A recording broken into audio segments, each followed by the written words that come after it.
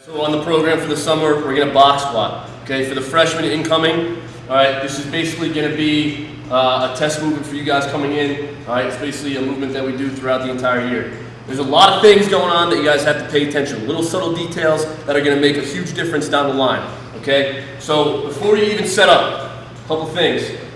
Box squat, it's got to be something optimally you want a bench or a box that is just below parallel. Okay, so when I say parallel, your hips need to be below your knees. All right, hips right here below your knees. If you want to think about it, if you put a pencil on the top of your knee, it should roll back to your hip. Okay, you want it that low.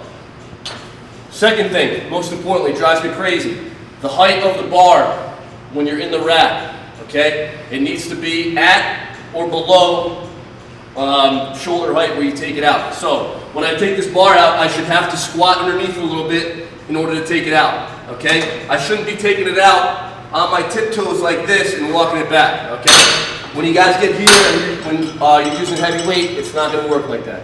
Okay, so now let's go over a couple cues that we're going to go over as we do this.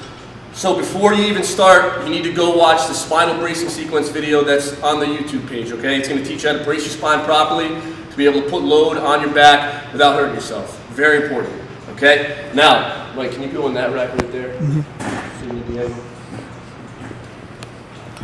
Now, whenever we squat, all right, freshmen incoming, you're probably going to hear Mike and I say this to you about 1,000 times during your entire career. All right, we'll always say the same things. We'll always say knees out, butt back, and spread the floor apart with your feet. Okay, so knees out. If you look at me right here, the entire time I'm trying to push my knees out to the side like this, creating room for my hips on the way down. I don't want my knees to cave in like this. I don't want them to stay neutral right over my toes. I'm trying to create room for my hips by pushing them out wide. Okay, butt back. Very important. All right, I'm using my hips. I got to learn how to use my hips. My first motion in my squat should not be with my knees here. It should be with my hips, all right? I think about a door behind me. I close the door with my butt. Right here, reach back, close it with my butt, okay? Try to sit back like I'm in a chair, okay? The third thing, spread the floor apart with your feet. If you're thinking about standing on a giant sheet of paper, all right? I'm on a giant sheet of paper. I'm trying to rip the paper down the middle by putting all the pressure on the outside of my feet right here, okay? Everything out that way. Now, getting into the squat, what I want to do is just tap and go, okay? Tap and go. I don't have to stay down there for a while, okay? I want to just get down there, feel the box, and come back up, okay? So, bar placement with this.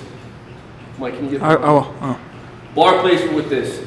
There's two options. You can go on the very top of your traps, which is at the bottom of your neck right here, okay?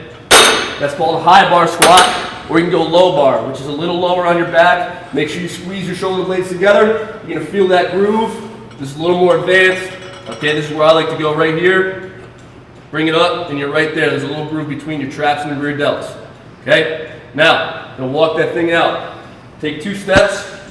My feet are just wider than shoulder width apart. My toes are pointed forward. They're not pointed out towards the sides.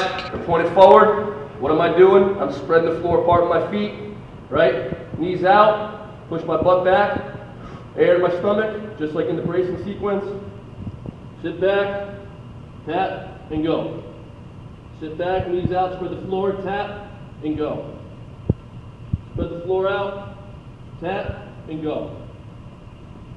Walk the weight back in. Now you notice when I'm on the box, okay, if I try to sit back as far as I can,